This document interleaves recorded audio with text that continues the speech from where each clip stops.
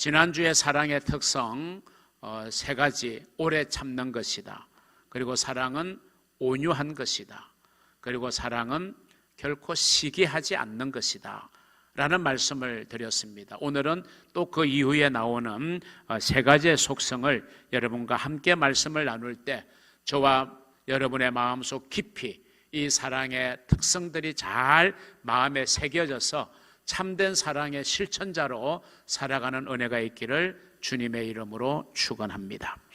첫째, 사랑은 자랑하지 않는 것이다. 이렇게 오늘 본문은 말씀하고 있습니다. 자기를 드러내지 않는 겁니다. 자기를 과시하지 않는 겁니다. 자기를 거들먹거리지 않는 것입니다. 이게 진짜 사랑이라는 것입니다. 지난주에 말씀드린 사랑의 특성 중에 사랑은 시기하지 않는 것이다 할 때 이 시기의 초점이 상대방에게 있잖아요. 상대방이 잘 되는 것을 배아파하고 어떻게든지 간에 패배시키고 어떻게든 간에 비난하고 끌어내리려고 하는 게 시기였다고 하면요, 오늘 사랑은 자랑하지 않는다. 그럼 이 자랑은 뭐냐? 이 초점은 자기에게 있는 거예요. 시기의 초점은 상대방에게 있지만 자랑의 초점은 자기를 어떻게든 간에 드러내고 자기를 과시하고 그렇게 자기를 자랑하는 그것은 초점이 자신에게 있는 거예요. 그렇기 때문에 시기는 타인이 이룬 일을 어떻게든지 간에 물어 돌리려고 합니다. 그러면 이 자랑은 뭐냐? 자기가 한 일을 최대한 포장하고 극대화시키려고 하는 것이 자랑입니다. 그래서 시기는 자기를 드러내게 되는 거잖아요. 그런데 참된 사랑은 뭐냐? 자기를 절대로 드러내지 않거나 자기를 과장하지도 않는다는 것입니다. 오늘 이 말씀이 주어져 있는 고린도 교회의 문제가 무엇이었느냐? 이 고린도 교회의 구성원들인 이 지체들이 정말 겸손한 지체가 되기를 구하기보다는 전부 다가 다 자기 자랑, 자기 선전, 자기의 어떤 자기의 세력을 확장하는 것에 열중하고 있었다라고 하는 것입니다. 그 결과 지난주에 말씀드린 대로 고린도 교회는 다툼과 분쟁이 있었던 교회였다라고 하는 것을 말씀을 드렸습니다. 그 근본적인 이유는 참 사랑이 무엇인지를 제대로 배우거나 알지 못한 데에 있었다라고 하는 것입니다. 그런 면에서 오늘 바울은 참된 사랑이 뭐냐라고 할 때 참된 사랑은 자기 자랑하지 않는 거다, 자기를 드러내지 않는 것이다 라고 하는 점을 우리에게 말하고 있습니다. 여러분, 예수 그리스도의 생애를 우리가 잘 압니다. 예수 그리스도의 생애에서 정말 탁월한 점이 있다고 하면 아마 이거일 것입니다. 예수님이 하신 일은요, 자기의 목숨을 우리를 위해서 대속물로 내어줬잖아요. 아무런 죄 없으신 하나님이신 예수 그리스도가 저와 여러분을 위해서 십자가에서 몸 찢기시고 피를 다 흘리시고 모진 조롱과 희롱을 받으면서 그래도 묵묵하게 십자가의 길을 걸어가시는 엄청난 사랑, 위대한 사랑을 우리에게 보여주셨잖아요. 그럼에도 불구하고 예수님의 생애에서 내가 너희들을 이만큼 사랑했다, 그렇게 자기 자랑을 하지 않으셨다는 점, 이게 바로 예수님의 생애에서 보여지는 아주 탁월한 점입니다. 우리는 우리가 조금만 잘해도 막 나를 과시하고 싶어서 안달이 나는 것이 우리 인생인데, 우리 주님께서는 우리를 위하여 자신의 목숨을 주시면서도 절대로 자기를 과시하거나 자기 자랑을 하지 않으셨다는 것입니다. 예수 그리스도께서는 하나님이시지만 우리의 구원자로 이 땅에 오셨어요. 이 땅에 오신 모습 절대로 과시가 아니었죠. 오히려 왕으로 오셨으면서도 말구유에서 태어나셨고, 그리고 예수님께서 이 땅에서 사역하는 그 사역의 모든 내용, 살아가는 삶의 모든 내용을 볼 때 절대로 예수님은 자기 자랑 없으셨습니다. 엄청나게 큰 기적을 행하시고도, 그래서 그 기적 앞에 무리들이 막 예수님을 추앙하고 따르려고 할 때 무리를 피하여 한적한 곳으로 몸을 숨기시면서 또 그곳에서 기도하시던 예수님, 병을 고쳐주시고서 그 병 고침 받은 사람에게 아무에게도 그 말 하지 말아라 그러면서 함구령을 내리셨던 그런 모습, 이런 예수님의 모습 속에서 자기 과시, 자기 자랑의 모습은 전혀 찾아볼 수가 없는 것입니다. 이것이 진짜 사랑의 모습입니다. 오늘 저와 여러분에게 이런 사랑의 모습이 필요합니다. 누가복음 17장 10절입니다. 같이 한번 읽어보죠. 이와 같이 너희도 명령받은 것을 다 행한 후에 이르기를 우리는 무익한 종이라 우리가 하여야 할 일을 한 것뿐이라 할지니라. 여러분, 그렇습니다. 우리는 주님께서 우리에게 원하시고 바라시고 명령하신 모든 것을 이루기 위해서 우리는 최선을 다해야 됩니다. 그럴 때 하나님의 역사로 놀라운 결과들이 있겠죠. 그런 다음에 우리가 할 일이 무엇입니까? 우리는 무익한 종이라 우리가 마땅히 해야 할 일을 한 것밖에는 없습니다. 무슨 말이에요? 자기 과시하지 말라는 거 아니에요? 자기 자랑하지 말라는 거 아니에요? 자기 내세우지 말라는 거 아니에요? 여러분, 우리가 주님이 우리에게 명령하신 것, 주님이 원하시는 것, 우리는 최선을 다해서 감당해야 됩니다. 그리고 그 다음에 내가 이만큼 일을 했지, 내가 이만큼 이루었지, 절대로 우리는 자기를 드러내거나 가시한다면 천국의 상급은 없을 겁니다. 우리는 무익한 종이다. 내가 하여야 할 일을 한 것밖에는 없습니다. 그런 믿음의 고백이 저와 여러분에게 있기를 주의 이름으로 축원합니다.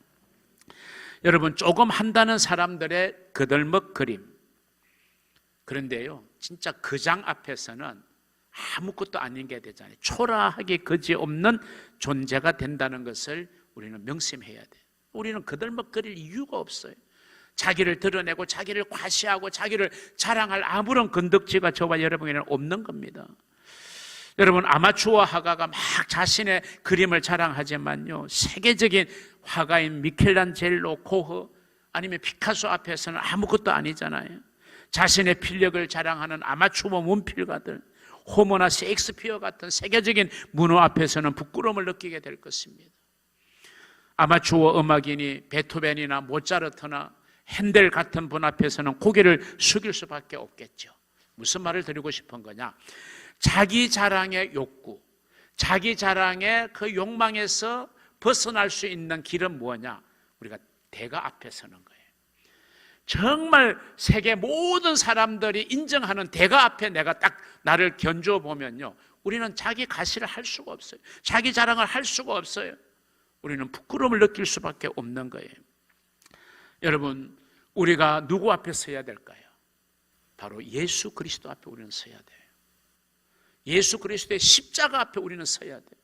우리가 예수 그리스도 앞에 서는데 어찌 우리가 자랑할 것이 있겠습니까? 내세울 것이 있겠어요? 아니, 예수님은 그 엄청난 일을 하고서도 자기 자랑하지 않으신 분인데 그분 앞에서 우리가 나를 내세우고 나를 과시하고 나를 자랑한다는 거 너무 부끄러운 일 아니에요? 수치스러운 일 아니에요? 초라하기 그지없는 일이에요. 우리는 내세울 게 없는 거예요. 물론 우리는 자부심을 가지고 살아요. 나는 하나님의 자녀다. 하나님은 나와 동행하신다. 이 자부심이라고 하는 거하고 자만, 교만이라고 하는 건 또 달라요. 자랑이라고 하는 거는 우리는 자기 자랑에 빠지면 안 돼요. 시편 기자의 고백을 우리 한번 볼까요? 시편 8편 4절. 사람이 무엇이기에 주께서 그를 생각하시며 인자가 무엇이기에 주께서 그를 돌보시나이까. 우리는 아무 존재가 아닌데 주님이 그렇게 우리를 사랑하시고 우리를 돌보아 주시는 은혜, 그 은혜 생각하면요, 우리는 절대로 자기 자랑의 늪에 빠질 수가 없는 것입니다. 사도 바울은 예수를 만나기 전에는 자기 자신에 대한 대단한 자랑이 있었습니다. 나는 바리새파 사람, 히브리인 중에 히브리인이고 가말리엘 문화에서 공부했고 나는 로마의 시민권을 가졌고 세상의 이력들, 스펙들을 굉장히 자랑스럽게 생각했어요. 그런데 그가 다메섹 도상에서 예수를 만났습니다. 그리고 그는 뭐라고 고백합니까?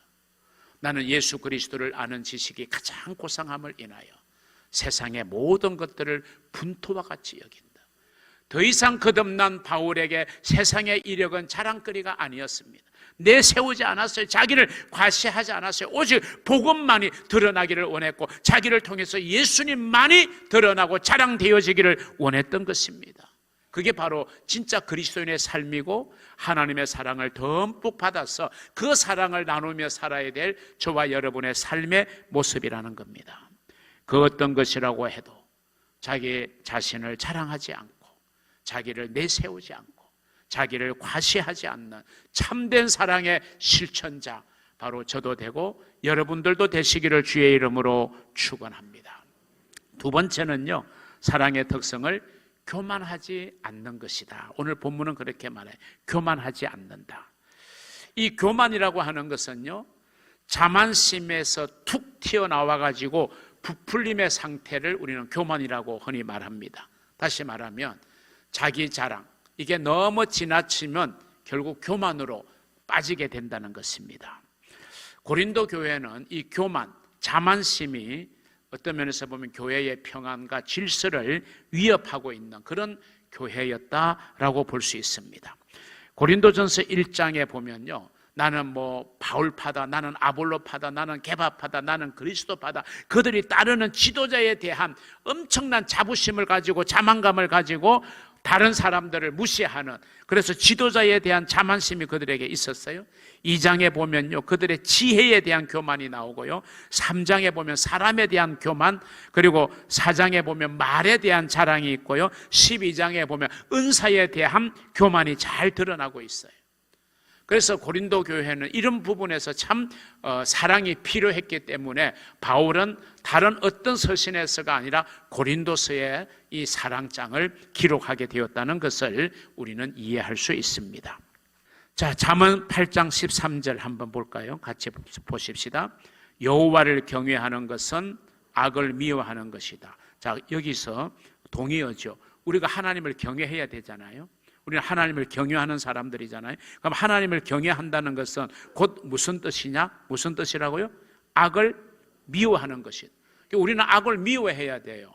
선을 사랑하고 선을 추구해야지 악을 좋아하고 악을 따르면 안 되는 거예요. 악을 미워해야 돼요. 그런데 이제 그 다음 구절에 이어지는 말씀에 보면요, 악이 뭐냐? 도대체 악을 뭘 악이라고 말하느냐? 나는 교만과 거만과 악한 행실과 패역한 입을 미워한다. 악을 미워하는 게 뭐냐? 교만, 거만, 악한 행실, 패역하는 입. 이걸 미워해야 되는 거예요. 그러니까 악의 첫 번째로 나오는 언급이 뭐냐면 교만이라는 거예요. 교만은 악이라는 거예요. 죄악이라는 거예요. 그래서 우리는 교만하면 안 되는 거예요. 잠언 16장 18절에 볼까요? 교만은 패망의 선봉이요, 거만한 마음은 넘어짐의 앞잡이다. 교만하면 안 되는 거예요. 왜? 야고보서에 보면요, 하나님은 교만한 자를 대적하시고 겸손한 자에게 은혜를 주신다. 여러분, 하나님이 대적하는데 꿋꿋이 서 있을 자가 있겠어요? 하나님이 대적하는데 살아남을 자가 있겠어요? 그래서 하나님은 교만한 자를 대적하세요. 그런데 겸손한 자에게 뭘 주셔요? 은혜를 주셔요. 하나님이 은혜 주시면요, 안 될 게 없습니다. 하나님의 은혜가 주시면요, 하나님이 은혜 주시면 만사 형통인 줄로 믿으시기를 바랍니다. 여러분은 하나님이 대적하는 사람이 되실래요? 하나님이 은혜 주시는 사람이 되실래요? 물어보는 제가 바보죠. 그런데도 우리는 교만에 욕심에 빠져요.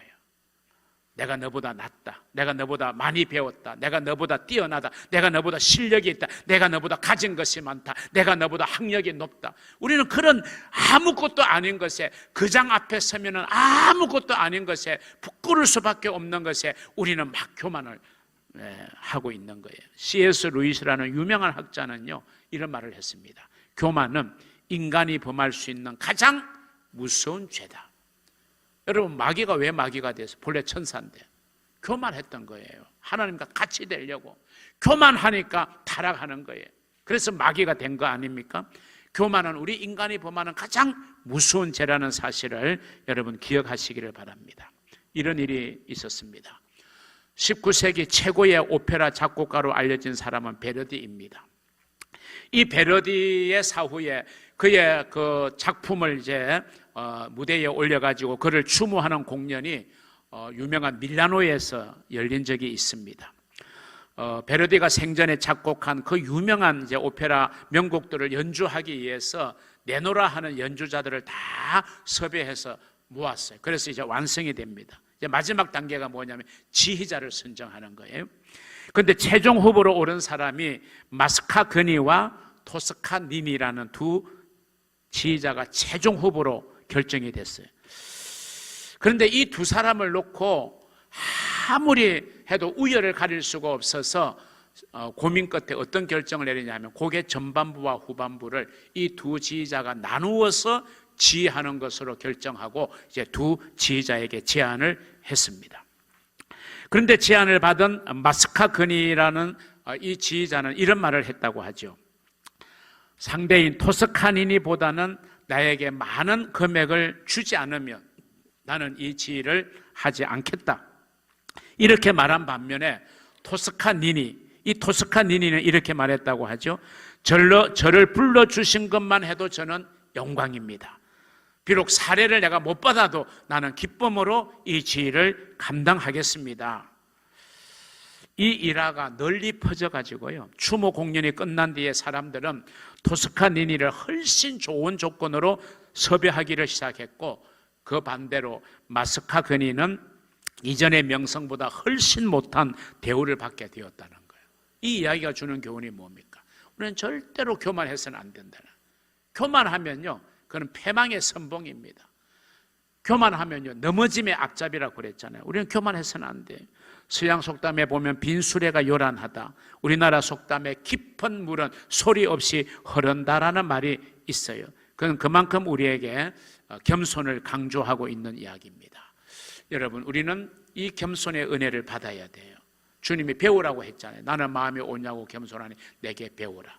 우리가 진짜 겸손을 배우려면요, 무슨 은혜를 체험해야 되느냐? 십자가의 은혜를 체험해야 돼요. 예수님은 아무런 죄 없지만 십자가의 자신을 못 박았잖아요. 오늘 우리의 혈과 욕심과 교만의 그 어떤 끌어오르는 욕망들을 우리는 십자가에 못 박는 십자가의 은혜를 체험해야 우리는 비로소 겸손의 은혜를 우리는 얻을 수 있는 거고, 그래서 정말 하나님이 은혜를 주시는 겸손한 자의 삶을 살아갈 수 있는 겁니다. 여러분, 사랑은 교만하지 않는 거예요. 내가 아무리 너보다 우월하다고, 내가 아무리 너한테 뭔가를 베풀어 준다고 할지라도 우리는 우월한 마음을 가지고 하면 안 되는 거죠. 마지막 세 번째, 사랑은 무례히 행치 않는 것이다. 무례히 행하지 않는 것이라는 거예요. 여러분, 우리는 세상 사람들과 접하면서 무례한 사람들을 봅니다. 말을 참 무례하게 해요. 행동을 참 무례하게 해요. 그러면 그 사람하고는 왠지 관계하고 싶지 않아요. 여러분, 절대로 무례한 행동을 해서는 안 돼. 무례한 말을 해서는 안 돼. 더더구나 신앙인의 입장에서 교회 공동체 안에서 내가 나이 많다는 이유 하나만으로 나이 어린 사람을 처음 보는데도 하대하는 건 그건 무례한 말이에요. 우리는 절대로 예의를 지켜야 돼요. 신앙인일수록 예의가 필요해요. 그런데 이게 예의를 어긋나는 사람들이 의외로 많아요. 신앙인들 중에서. 여러분, 우리는 교회 공동체 안에서는 서로를 존중해야 돼요. 서로를 배려해야 됩니다. 말 한마디에도요, 나는 원래 생겨 먹어서 그래, 그렇게 말하면 안 돼요. 바꿔야죠. 상대방이 불쾌하게 느끼면 말투도 바꿔야죠. 행동도 바꿔야죠. 왜 자기 중심으로 생활하세요? 우리 예수 믿는 사람들이 예수 닮아가야 되잖아요. 예수님이 무례하게 말하지 않았어요. 악에 대해서는 단호하게 배척하셨지만요, 그렇지 않은 것, 우리의 사소한 실수, 우리의 이런 것에 대해서 예수님은 무례하게 우리에게 대하신 적이 없어요. 그런데 왜 우리가 무슨 자격으로 사람들에게 무례하게 대합니까? 우리가 가족에게도 무례하게 해서는 안 되죠. 성도들에게 무례하게 해서는 안 됩니다. 우리의 친구들에게, 우리의 이웃들에게, 우리의 동료들에게도 무례하게 해서는 안 돼요. 무례한 사람 치고요, 사람의 존경받는 사람 없더라고요. 여러분, 참된 사랑이 있으면요, 무례함은 극복이 될 수 있는 겁니다. 비옥하고 부드러운 토양에서 꽃과 나무가 잘 자라나는 것처럼 예의가 있는 곳에 신앙의 나무는 잘 성장하게 되어져 있는 것입니다. 우리가 왜 예의를 지키지 않느냐? 그 하나는 진짜 사랑을 모르는 사랑의 부족 때문에 그러고요, 또 이기심 때문에 그래요. 그런 것 때문에 예의가 지켜지지 않는 겁니다. 고린도 교회에 보면요, 이 무례함이 잘 드러나는 교회였다, 그렇게 알려져 있죠. 애찬식의 목적이 뭐예요? 먹는 게 목적이 아니잖아요. 교제하는 거잖아요. 우리가 누구를 초대했어요. 그런데 좀 그 집에 일찍 왔어요. 일찍 왔다는 이유 하나만으로 준비된 음식을 다 먼저 손을 대가지고 먹어 치웠다고 생각해 보세요. 애찬식의 분위기가 깨어져요. 좀 기다려 줄 줄 알아야죠. 그게 예의 아닙니까? 그래서 같이 모이면 그제서 이제 진짜 교제가 시작되면서 즐거움의 대화도 하고 맛있는 음식도 먹어야 이게 진짜 애찬식이 되고 교제가 되잖아요. 그런데 그렇지 않는 사람이 있습니다. 자기 욕심만 챙기는 사람이 있어요. 그 다음에 성찬식에서도 무례함이 드러났던 교회가 이 고린도 교회였습니다. 성찬의 목적이 뭐예요? 주님의 피 흘리심과 우리를 위하여 몸 찢기심을 기념해서 주님의 은혜를 우리가 생각하면서 내 자신을 돌아보게 되는 게 성찬식 아니에요. 그래서 주님 다시 오실 때까지 우리는 이것을 기념해야 되는 거예요. 그런데 이 고린도 교회는 먹는 것에 더 초점을 두어가지고 떡을 또는 포도주를 먹고 성찬식 석상에서 주정을 부리는 추태를 부리는 그런 사람까지 있었다는 거 아니에요. 그래서 바울이 붓을 들었습니다. 고린도전서 11장 29절 주의 몸을 분별하지 못하고 먹고 마시는 자는 자기의 죄를 먹고 마시는 것이다. 성찬의 의미를 알아야 된다는 거예요. 마지막으로 성도들 간에 예배의 예절이 필요해요. 예배의 예절. 우리가 기도할 때 보면 어떤 사람은 막 크게 방언으로 소리만 크게 질려야 기도되는 사람이 있어요. 그런 사람들은 그런 사람들을 존중해요.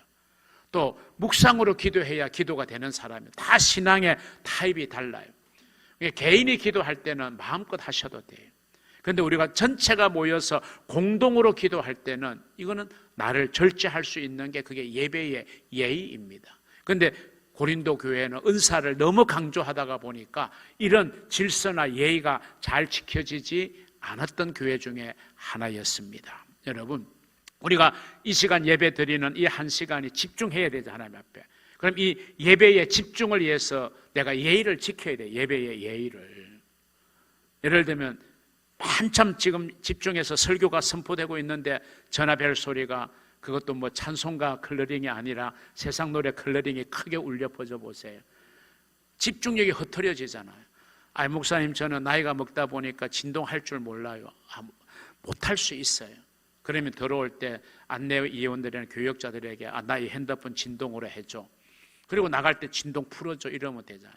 우리가 예배도 예의가 있어야 되는 거예요. 하나님 앞에. 우리가 하나님 앞에 지금 모이는 거죠. 우리가 어른 앞에 갈 때 함부로 못 가잖아요. 대통령이 보자고 할 때 여러분 옷 색깔까지 옛날에는 지정해 줬다 그러잖아요.